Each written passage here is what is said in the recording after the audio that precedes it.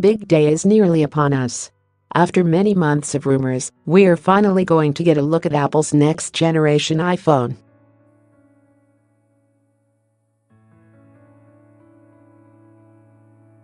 You know, the one with no bezels, no home button, and no limits on price.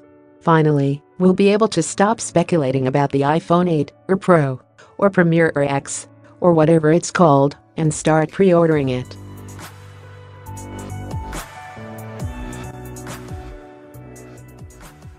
I don't know about you, but I've read and seen so much about the new iPhone, I'm already tired of it.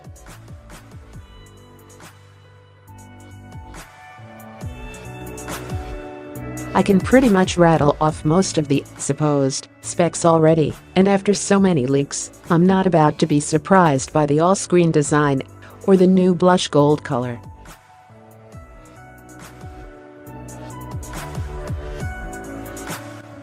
Don't get me wrong, it'll be awesome, and I'll be rushing to pre-order one. But my level of excitement about it is fairly low. Thankfully, the new iPhone won't be the only thing Apple announces tomorrow.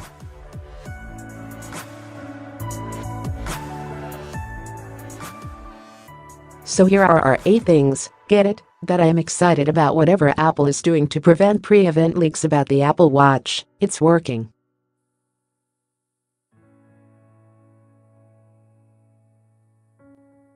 The only solid rumor we've gotten is that it will likely have an LTE chip, and aside from a new image revealed in the iOS 11 GM, we don't know much of anything else about it.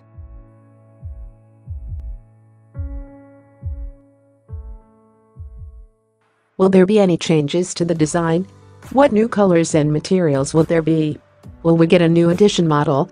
New band partnerships? Other than WatchOS 4, Apple Watch Series 3 is a pretty big question mark, and I can't wait to see what it brings.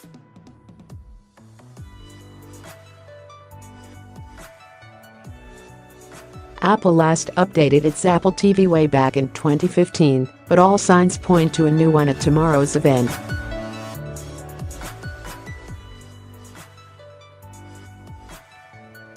The most solid rumors we've heard point to 4K and HDR support, which is fairly inevitable at this point, but we don't know much else about.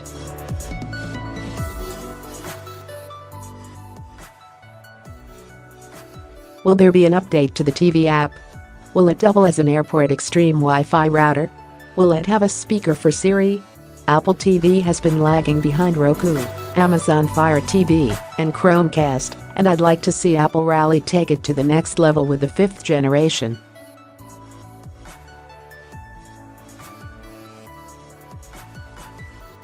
Speaking of a new Apple TV, there's a good chance we'll also hear something about what we watch on it.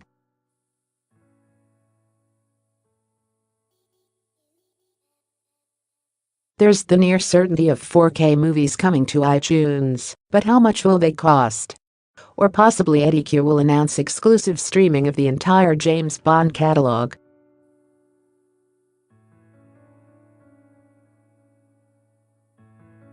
What I'm most interested in hearing about is the latest developments in original programming.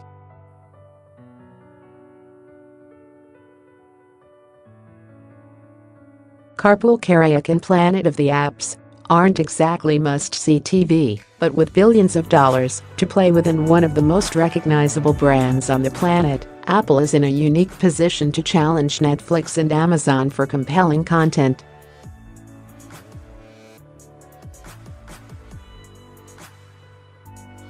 But first they need a hit show, and I'll be watching to see if they announce one.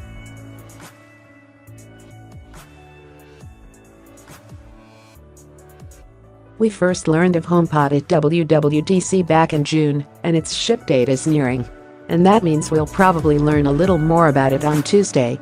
We already know all about the hardware, the high excursion woofer, A8 chip, 7 tweeter array, and fabric-wrapped enclosure, but we don't know too much about what it does, beyond playing music anyway.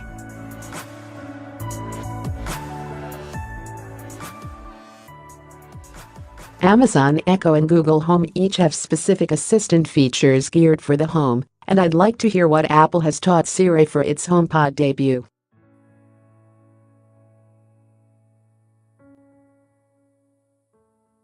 It seems like AirPods have been out for only a couple months, but they were actually unveiled way back at last year's iPhone event.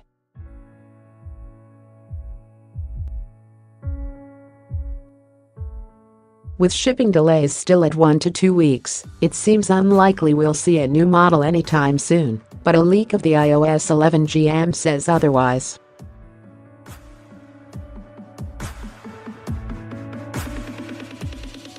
iOS developer Steve Troughton-Smith spotted a gift that shows a redesigned AirPods case, so some new features could be on the docket.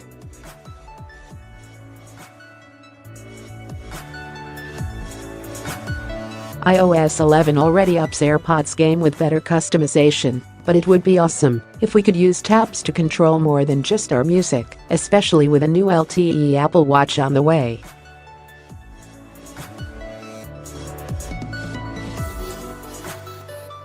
AirPods is the main player in Apple's fully wireless future, and I'd be surprised if Tim Cook didn't improve them in some way with all the other new products.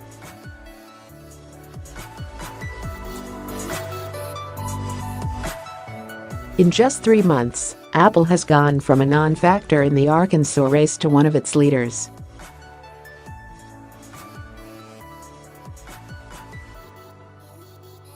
Some of the projects Apple has shown off on its Made with Arcade Twitter account are downright magical, and I'm willing to bet that augmented reality will be the buzzwords at tomorrow's event in the year ahead.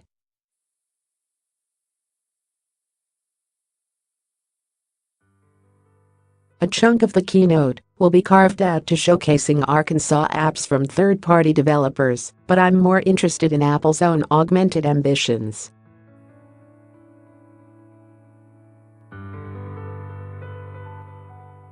Apple has probably cooked up some of its own arcade apps, and I can't wait to get a look at them.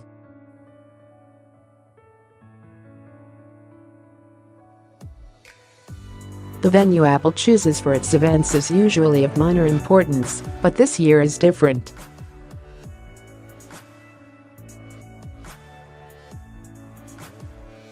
The 2017 iPhone event is the first one to be held at the new Apple Park campus, specifically the Steve Jobs Theater.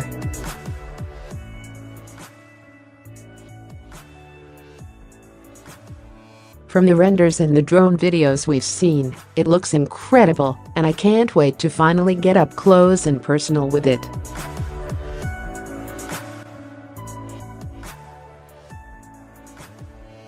Along with the products, Tuesday is also a showcase for the theater itself, and I'm hoping Tim Cook takes us on a little tour of it before all the big reveals overshadow it.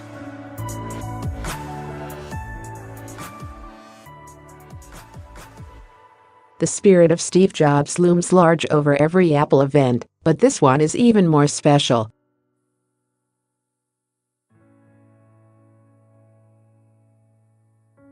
Not only is it being held at the theater named in his honor, Apple is also celebrating the 10th anniversary of the iPhone and releasing its most dramatic redesign.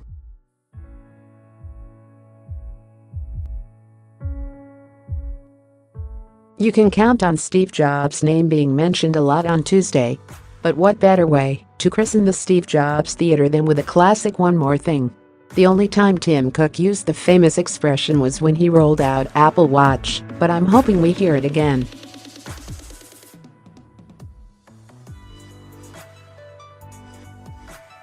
Apple Car Anyone. The story, 8 things more exciting than Apple's new iPhone, was originally published by